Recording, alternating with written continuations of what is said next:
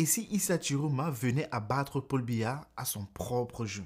Comment Issa Chiroma Bakary, un ex-prisonnier politique, est en passe de devenir le 3e président de la République du Cameroun? Alors il faut savoir qu'en matière de pouvoir, tout est question de stratégie. Et voici une masterclass proposée par le candidat du Front pour le Salut National du Cameroun à l'élection présidentielle. Déjà, il est né le 10 septembre 1949 à Garoua, dans le Grand Nord au Cameroun. Donc, il a aujourd'hui exactement 76 ans. Directement après ses études primaires, il va partir à Douala pour une formation à la Régie nationale des chemins de fer qui sera rachetée en 1999 par Bolloré pour devenir Camrail. Et là-bas, donc, il va obtenir son baccalauréat scientifique. Ensuite, quelques années plus tard, à Paris, il obtient un diplôme d'ingénieur en mécanique et en génie ferroviaire à l'école française des cadres de chemin de fer. En 1977, il décide de retourner au Cameroun et de faire sa carrière à la Régie Fercam, la Régie nationale des chemins de fer du Cameroun. Là-bas, il gravit les échelons jusqu'à devenir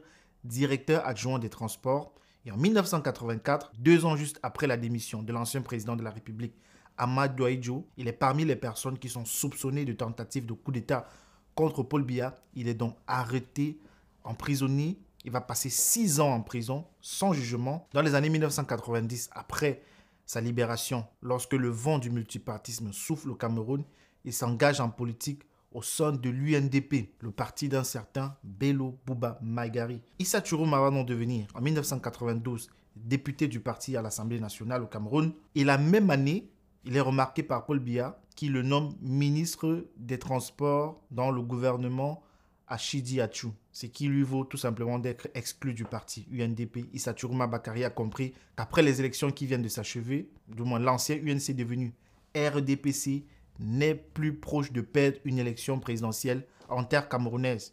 Il décide alors, lui, de fonder son parti, l'ANDP, l'Alliance nationale pour la démocratie et le progrès. Il faut dire que c'est un homme qui rêve lui aussi de pouvoir.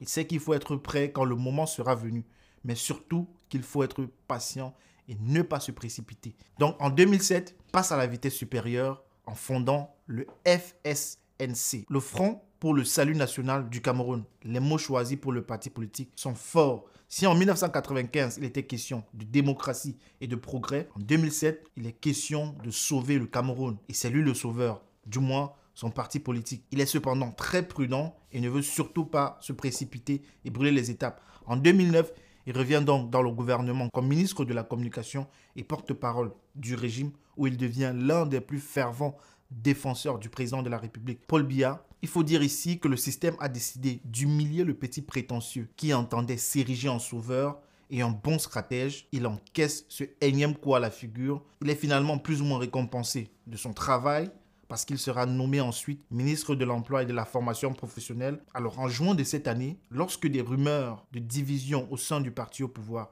circulent plus que jamais, il décide cette fois-ci de lâcher ses griffes. Prononce un discours à Garoua, dont voici un petit extrait. Même si c'est moi, Chiroma, qui vous dit demain de voter pour le responsable de vos malheurs, considérez-moi comme votre ennemi. Tout juste après avoir officiellement démissionné du gouvernement et après plus de 30 ans de fidélité au régime, il est plus que jamais convaincu que c'est le moment ou jamais. Il faut dire que le temps et l'âge ne jouent plus désormais en sa faveur. Et depuis donc l'éviction du professeur Maurice Kamto, qui était leader de l'opposition au Cameroun, il y a juste un mois, il semble être le candidat que le peuple a choisi pour lui succéder. La patience, la dissimulation de ses intentions, l'opportunisme lui a donné raison. Et aujourd'hui, il est à la porte d'entrée dans l'histoire. Il est tout juste à ça de devenir président de la République du Cameroun. Haïssez le jeu, mais pas les joueurs.